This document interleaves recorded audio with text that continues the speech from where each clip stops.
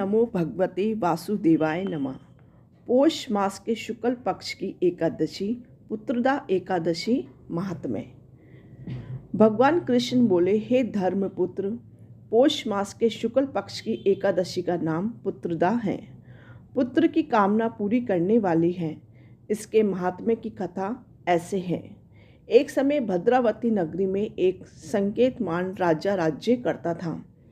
उसकी स्त्री का नाम शेव्या था। विश्व विभूतियों से भवन भरा था।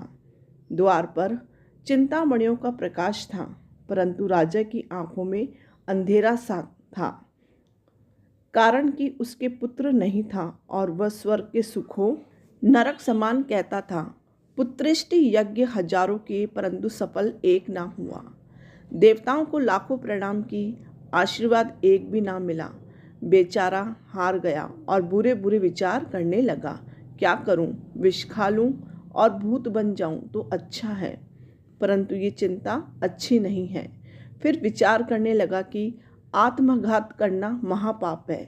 इस चिंता से छूटने का उपाय वनवासियों से जाकर पूछूं। घोड़े पर सवार होकर वन विहार करने लगा। पशु पक्षी इत्यादि जीवों को पुत्रों के साथ खेलते हुए देखा। तब मन में कहने लगा, मेरे से यह भी सौभाग्यशाली है। आगे चला तो एक सरोवर मिल गया। उसमें मछलियों में मेंढक इत्यादि संतानों के साथ विलास कर रही थी। विचार किया कि यह भी मेरे से अच्छे हैं।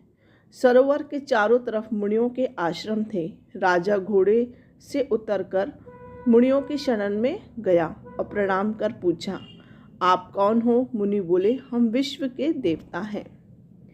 इस सरोवर के पतित पावन समझकर स्नान के लिए आए हैं। आज पुत्रदा एकादशी का पर्व है, जो पुत्र की इच्छा पूर्ण करती है। राजा बोला, क्या यह दिव्य फल मुझे भी व्रत करने से मिल जाएगा? विश्वदेव बोले, हमारी बात सत्य होगी, परीक्षा करके देख लो। राजा ने श्रद्धा से पुत्रदा एकादशी का व्रत कर रात्रि को जागरण किया। प्रातः उठकर भवन को चला गया। 9 मास के बाद उसके पुत्र रत्न प्राप्त हुआ। राजा के दिल को धैर्य मिला।